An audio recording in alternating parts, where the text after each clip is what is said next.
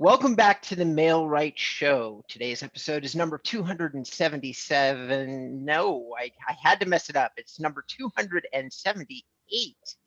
And we're here with the amazing Loida Velasquez. Hopefully I said Yes. that right. Okay. Yeah. Loida is a world-class real estate YouTuber. She has an amazing channel, which is how we found her. She has tons and tons of what one might call viral content, many videos with thousands upon thousands of views. She's a speaker. She has almost 70,000 subscribers on her channel, and I can go on, but why don't you go ahead and introduce yourself to our audience?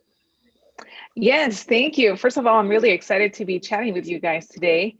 I have been in the business for 6 years. Before that, I worked in marketing and advertising, and I did that for about 8, 9 years. I was traveling 100% of the time with the last company that I was working at, and I just did not see myself living out of a suitcase from hotel to hotel. And that's kind of when I transitioned into real estate. When I first started, all I did in the beginning was door knocking and cold calling, specifically for sale by owners and expireds. Also, when I started, that's also when I started to post videos and kind of document my journey on YouTube. I realized that as I was brand new in the business, I would go on YouTube to see other agents' perspectives. And I didn't really see a lot of real estate agents posting any type of content. And more specifically, there weren't really any women talking about real estate and what the day-to-day life looked like. So I saw that as an opportunity for me to start creating videos. I did that consistently every single week. And here we are now. The videos that I do post and the content that I create is more targeted to real estate agents so that they can see what it's like to be a realtor, cold calling, door knocking, things that I have learned, things you should and should not do in the business. Everything has been organic. My growth on YouTube, on Facebook, on Instagram, have never paid for any type of advertising. As of right now, I still focus on my real estate business. I still make phone calls. I still cold call expires for sale by owners, so go prospects. So that's kind of where we are now. And that is unbelievable. And I have tons and tons of stuff that's come up for me. But before we get into that, I want to introduce my amazing co-host and let him say a little bit about himself. This is Jonathan Didwin, ladies and gentlemen, for those of you who are tuning in for the first time. John is a technologist of many decades. He has another company in the WordPress technology space, and he has started his own real estate specific technology service meant to generate leads. And he is in the last stages of beta on that service, and I'm super excited about it. I know who he is too. John, why don't you go ahead and introduce yourself directly to the new listeners and viewers? Oh, thanks, Robert. That was really a great intro. Thank you so much. Yeah, Melrite. We're moving on. We're getting some great results for our real estate agents, and we introduced a new pricing structure for our service. So go to the mel-right.com website, have a look what we got to offer, and book a demo. And we love you to become a member of the Melrite tribe. Back over to you, Robert. Cool. And then I'm Robert Newman. I'm an inbound marketer and a real estate SEO expert that's been in the industry for 14 years. Many, if not most of you already know who I am. So I am going to leave it at that. I will, however, say, though, I am constantly publishing awesome things on inboundram.com. They are all free. None of them are salesy. They're all meant to educate you on systems and lead generation and inbound marketing. Go there and beef up your knowledge about how to make a better living for yourself. So, John, I know that you personally went out and found Loida, and that you're very excited about asking her a couple of different questions. Why don't you kick us off? Yes, thanks. So, Loida, I think I just thought you were doing such a fantastic job on your YouTube channel, and of about 5 or 6 that I watched, I saw your one where you were saying that you really thought it was really important in 2021 that agent have their own YouTube channel. Maybe you can give us a quick synopsis why you think that's important and some of the benefits a local real estate agent would get by doing that. Yes, definitely. So just like you guys know, I have been doing videos for about 6 years now. That's what it feels like. And I can tell you that doing video and being on YouTube has really made me stand out, especially with clients, because they know that I bring a social media presence that an average agent that doesn't have that can't provide that to them. So specifically, one of the reasons that I feel it's really important for real estate agents to start creating videos and being on YouTube is because YouTube is a search engine, just like Google. So if you start posting content regarding the buying or selling process, or what it's like to live in New Hampshire or wherever it is, the moment that people start seeing your videos, it can create more opportunities for you to get clients. And at the same time, whenever you are setting appointments with potential buyers or sellers, chances are that they're probably going to Google you and look you up. And if there is some type of content out there in the form of video where they can actually see you, then it almost gives a sense of credibility to you and what you do in your business. Just a quick follow-through question before I throw it over back to Robert. I get a lot of agents ask me, but Jonathan, what should I be posting on YouTube or Facebook? Can you give some quick tips, insights about some of the most useful content to publish? Yeah. So some ideas for type of videos that you can be creating are videos for consumers, videos for buyers and sellers, what the process looks like, what it's like to purchase a home, what you need to get the process started for home buying, working with the lender. So you can go that route, targeting consumers. If you want, you can also talk about your journey in real estate. You can talk about the day-to-day life, have yourself film kind of like a vlog. Something that a lot of agents tell me is that they think that they need some expensive equipment and lighting and cameras before they even start a YouTube channel. And I tell them right now, all you need is your cell phone, especially because the cameras have such high quality resolution that you don't need to be spending thousands of dollars on a camera. So using your cell phone to your advantage and just start filming videos of your day to day. If you're at the office making calls, you can record yourself. If you're out doing showings or at a property, you can film a little piece of that and put it all together. So that's another great idea. If you want to do educational videos for consumers or even agents, I mean, the possibilities are endless. I tell everyone the whole point is for you to just get started, and you're going to see what type of videos you like to do and what gets a good response.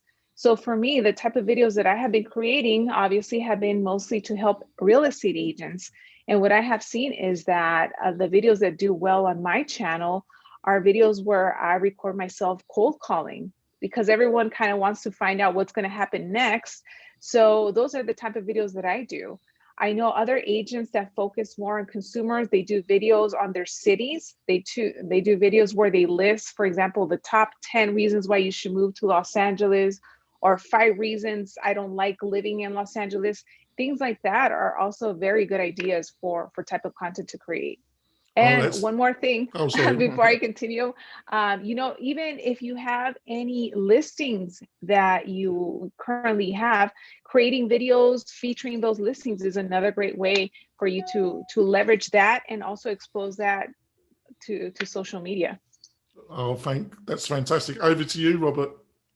So first of all, for our listeners and people who are here, you can find Loida on YouTube by just searching her name. So please look up the title of this particular episode and then search her in YouTube and you'll get her channel. Now, once you're on her channel, she's got a couple of shows that she's already done that says starting on YouTube, social media, dealing with. So there's a lot of stuff that will step you into using some of these tools and tactics. And I always like meeting YouTubers who are talking about how they transition from one marketing philosophy to another. Now, it seems to me, by taking a quick look at your channel and understanding the real estate ecosphere pretty well myself, that you are doing a lot, like you're aiming a lot of your focus at teaching and training agents or recruiting agents because you're with EXP. Is that correct? Yes, that's correct. Most of my videos, even before I joined EXP, it was more training type of videos, because what I quickly realized being in this business is that there are unfortunately a lot of incompetent agents that don't know what they're doing. They don't even know how to negotiate, how to communicate. So that's why I started to do videos, just to kind of put it out there. Like, look, if you're an agent, this is kind of what you should be doing. Okay. So I'm going to break this into two categories. I have a first category. So you've done a lot of videos though, and you have a huge subscriber base to your channel. Have you pulled leads? Because you're talking about three separate types of marketing. You're talking about YouTube marketing, you're talking about cold calling, and you're actually talking about teaching and training other agents, which can technically lead into referral marketing, which is where I've seen a lot of real estate influencers pull down a surprising amount of business. In other words, realtors come to you and they say, I live in Florida, but I know that you're in whatever place that you're in. And I love your videos, so I think you'll take great care of my client, and they hand off a transaction to you. Okay, so that's something that can come from being an influencer. Has that, number one, for you as an influencer, has that ever happened, the referrals? Number two, I'm curious to know if you've actually sold real estate off a YouTube video. Okay, so yes, I get a lot of referrals from the agents that do watch my videos. Now, because I have been on YouTube for so many years, it has gone to the point that maybe 2 or 3 referrals come every single month just from social media. Okay. Now, in terms of actually selling a property through YouTube, we have actually gotten clients, buyers interested in our properties that we have created special videos for. So we have also been able to do that. So yeah, it has worked for us. Okay. So of all of these videos that you've done for yourself, which are more, so there's a lot of people in our that listen to our show that are EXP agents. I have a guy that has been who's pretty high up in the food chain, has been relentlessly pursuing me, trying to get me to talk more about EXP on my blog, which is a fairly high traffic blog. And I'm curious to know which one of these videos has generated you the most. Like, if you had to just kind of sit there and scratch your chin and say, which one of these videos did more people either directly contact me off of or comment on? Like, what generated the largest amount of conversation for you, either directly, digitally, or directly? Well, I have done a few videos where I do talk about EXP. Mm-hmm. So I have had a lot of engagement and people reach out to me to learn more about my company through those. Now, I know that there are a lot of agents that are actively recruiting and trying to get other agents to know more about EXP. With me and my platform, that is not something that I do. I have put out my experience out there. If somebody likes it and sees it as a benefit, then great, they can reach out to me, but it's not something that I'm actively always doing, if that makes sense. But probably those videos have been the ones that bring the most people to either reach out to me through message, through DM, or even email. Which, as a footnote, that tells me that you're a truly intuitive and gifted inbound marketer, because the objective for those of you who are listening, if you're going to do inbound, which is what Loida is doing and what I do, the objective should always be simply to accomplish the lesson of giving somebody value and not asking anything in return. When you achieve that, people intuitively trust you, and you'd be shocked, because tactics that don't work with other kinds of marketing, such as simply having somebody fill out a contact form without you asking them to, it still works in terms of truly offering something of value for free. Would you agree with me, Loida, or do you disagree? No, I agree 100%. That's exactly how all of this has happened. I think that even recently, for the first quarter over on the West Side, EXP did list all of the agents that have sponsored quite a few agents into the company. And I think I was like number 6 in this side of town. And I have never spent any effort on doing it actively. It's more like my videos are there. If you see any value in our company, great, I'll tell you more about it. If you don't like it, that's fine too. It doesn't matter to me, because I'm still working. I'm still prospecting and doing my job as a real estate agent. Those videos are there just to give value to those that need it. That's amazing. John, over to you. Yeah, I think we should go for our break, actually, Robert. Okay. All right. Well, ladies and gentlemen, for those of you listening, we really appreciate you listening. Before we go to break, I'm going to ask a small favor from all of you. John and I just noticed that we don't have any recent reviews on our iTunes channel, and we think our show's pretty awesome. We'd love it if you think so too, to go ahead and drop us a review and help us get a little bit more current activity on our iTunes channel. And with that, we'll be back in a moment with more amazing tips and information from Loida. 3, 2, 1. Welcome back to the Mail Right Show. We are on episode number 278. We're here with Loida Velasquez. Sorry, my bad. And Loida has been talking to us about her journey with YouTube, which she has a channel, which I'm just going to guess here has what, about 1 million views, maybe somewhere in that neighborhood? I think it's like almost 3 million now. So Okay, quite a lot. Yeah, 3 million views. And what she's doing on that channel is my favorite kind of inbound marketing, which is basically giving away everything for free.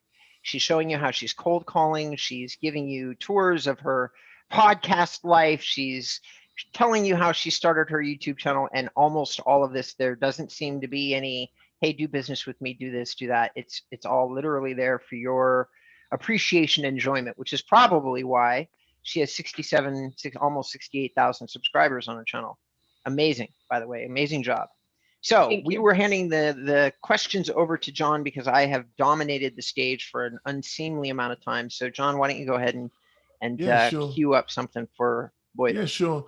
Like I was saying in our pre-show chat with Loida, what I admire about you is that you combine social media, online lead generation with more traditional. So I know the Southern California market is just on fire. Has it been the more traditional methods? You know, I'm getting a lot of agents saying to me, I just can't get any, there's no properties out there to sell. You know, I can literally sell anything on the market in my local market, but there is no inventory.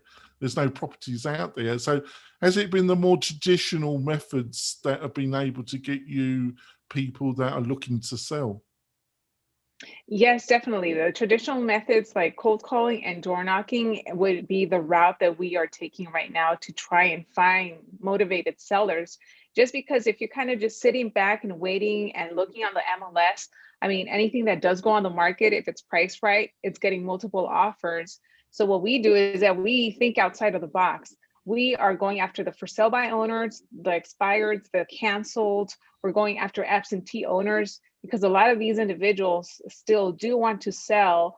We have a lot of buyers that we're working with. We're cold calling the neighborhoods where they're looking in to see if we can potentially find a homeowner that's thinking about selling, so we can put the deals together off market where my buyers don't have to compete with other people. And that's kind of what you have to do right now. Otherwise, I mean, right now I have been working with a buyer. Every place that we have submitted offers on, she's been getting outbid. So it's more of me trying to find something that's not even on the market for her to even get a chance of getting it.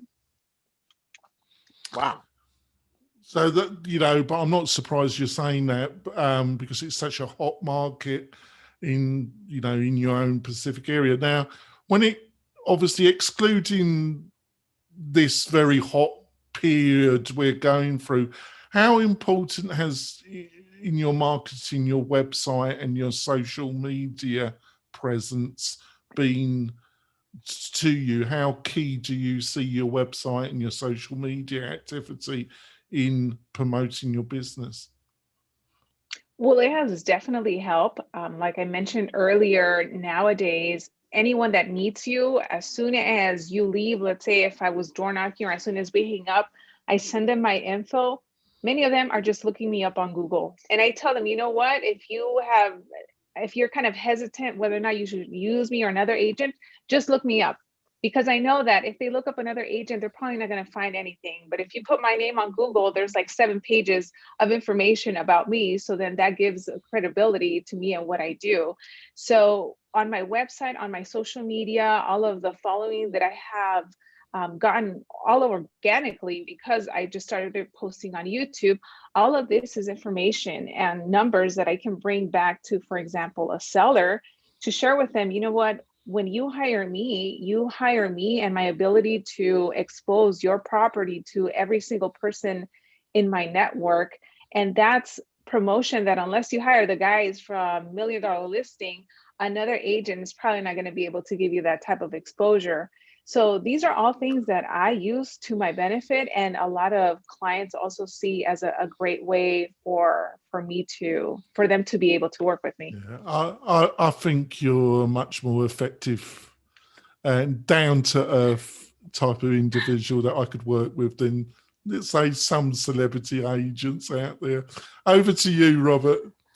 So we've talked a lot about John and I's favorite subject, which is YouTube, because we're both big believers. I've actually been a big believer in YouTube for well over a decade, and advising my clients to use it as a lead generation source for literally that many years. Well, in the last couple of years, I've watched it's kind of catching on fire. You can see that it's finally becoming an accepted strategy in real estate. But let's talk about a tool that you also leverage that we haven't mentioned yet. Tell me a little bit about how you feel about Instagram. You have 21,000 followers there. You have some posts there. You're doing images showing stuff where you're working in your car, a Porsche, by the way. So well done. So share your feelings about Instagram. Yeah, Instagram has been another great platform where I have been able to generate leads. Just like you mentioned, a lot of the posts that I do on my Instagram page, they vary. It can be pictures of me working, it can be me and my dogs, it can be at the gym. And I strategically post different type of content because I want whoever is creeping or looking at my Instagram to see that, you know, I'm a regular person. I'm not a cookie cutter realtor, but you can kind of see what my life is like. And many times people reach out to me randomly because they connect with me through something that's not even real estate related.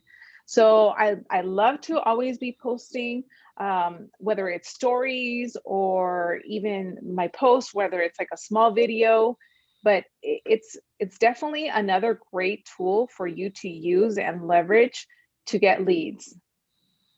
So you're not alone in that thought. I was a little suspicious of Instagram, to be frank with you, when like about 5 years ago, when it was a newer platform, right around the time that Facebook bought it.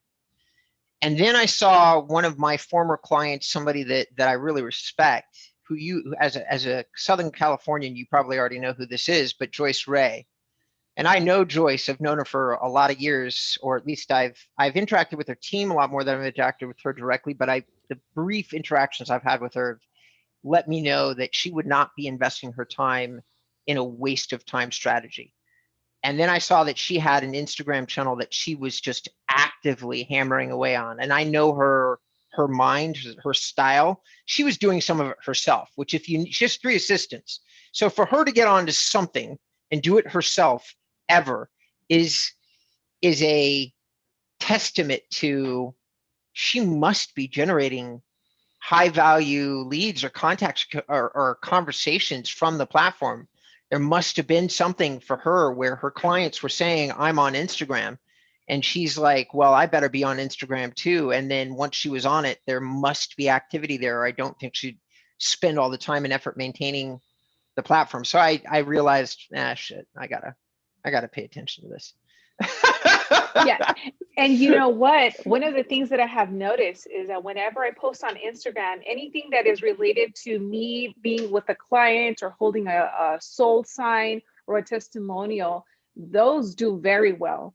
I tell a lot of agents and everyone in general, there's a lot of people that are not going to follow you. They're not going to like your stuff. They're not going to comment, but they're always watching and they're always reading. So the moment they have a real estate need, they'll just randomly reach out to you and you're going to be like, wait, who is this person? But they'll tell you, oh, you know what? I've seen that you sold this house in this area and I'm thinking about moving there. Can you help me? You seem like the best agent to work with.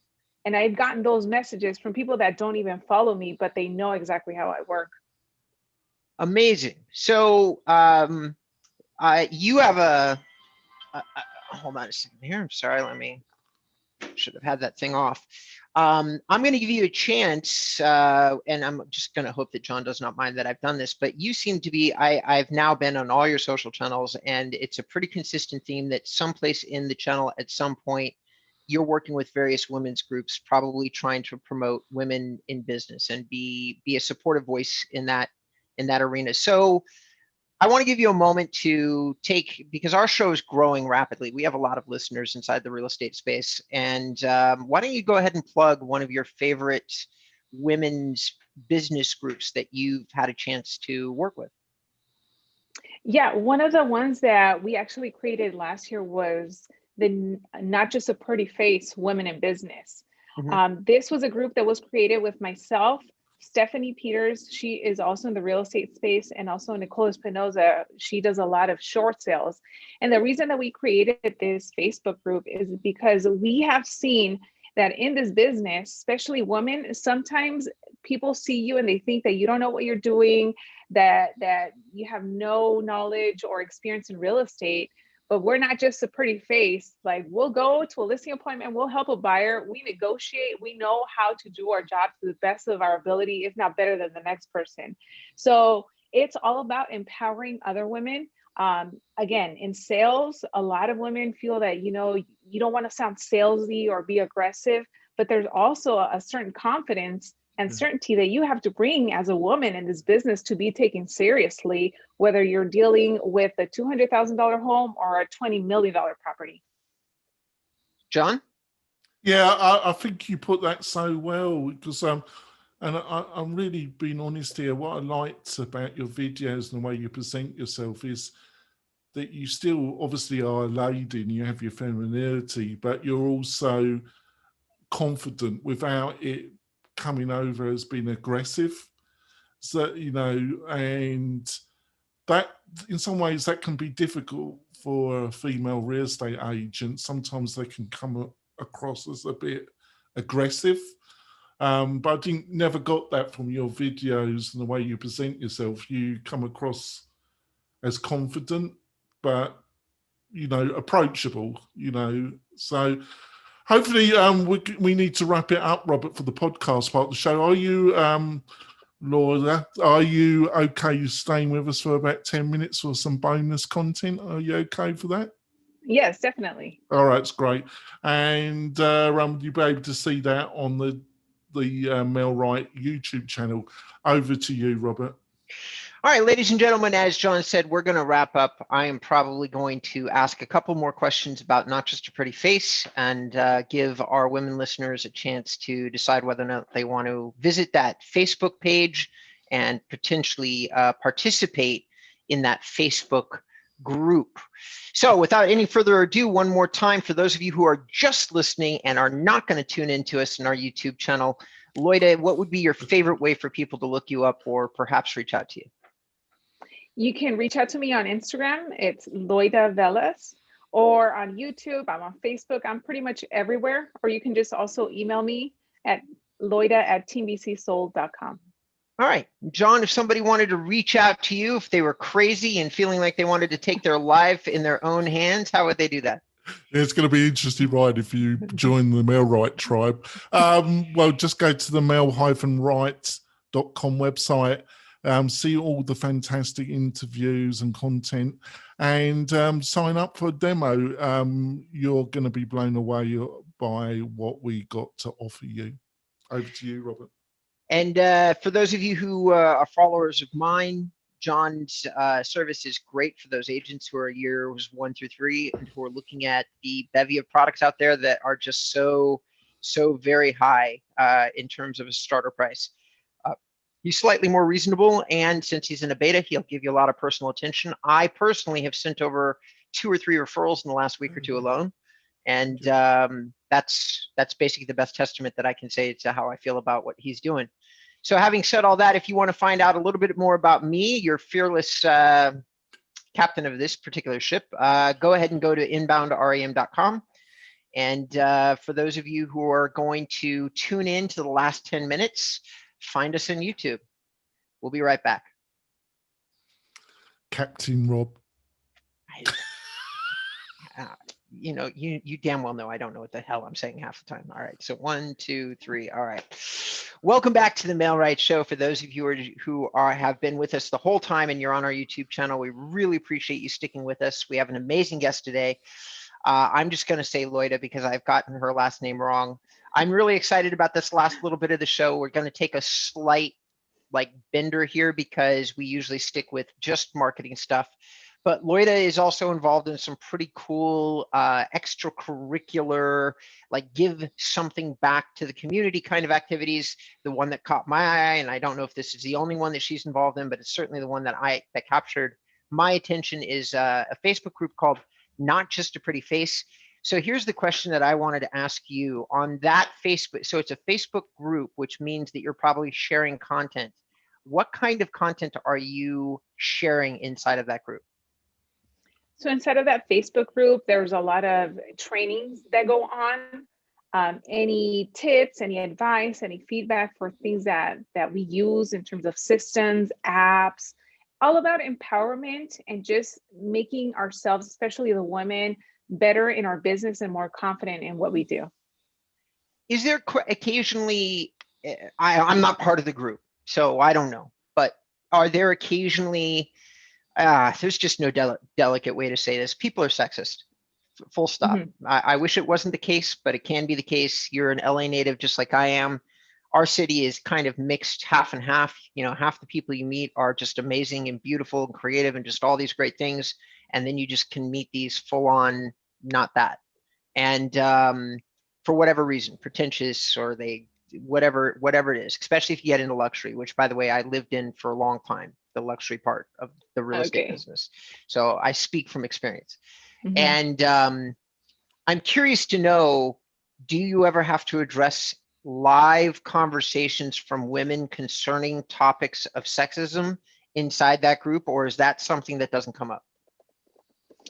Sometimes it does. And it's funny that you mentioned that because in some of my YouTube videos, I get comments and feedback from people thinking that I'm being sexist. When I'm talking about videos targeting women and how to prospect and things to do, how to dress as a woman, they say, well, why don't you talk about men? And I think because I have been on social media for so long, and myself and the other ladies, how we present ourselves and the type of content that we do put out, anyone that does join our group already knows how we are, our personalities, what we stand for. So we don't have to worry about having conversations that might be like that, or if anything, it happens outside of people just giving their 2 cents.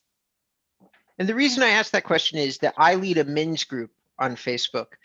And so I'm very familiar with the concept of my entire life. I've leaned heavily on coaches and therapy and other things that for whatever reason get a bad stigma in society. And so, but I believe strongly in, there's certain types of conversations that you feel more supported in when you've got mm-hmm. a group of like-minded people. And that's how I perceive the fact that you built a group. And that's why I was asking the question, is that maybe there was a similarity in mindset. John, over to you, my man. Yeah, I was wondering, because before we went live, we were talking about your first year as a real estate agent, and you said you just kind of dived in it. Can you give some insight to our listeners and viewers that are in the first, second year, things that you now realise about the industry which you didn't really understand when you were doing that first year? Yeah. So in my first year, like I was mentioning to you earlier, all I did was mostly door knocking. It was towards the end of that first year that I started to incorporate cold calling. And I think that one of the things that I learned after some time is that I needed to be very patient and know that if I was putting in the work, eventually I was going to start to see the results.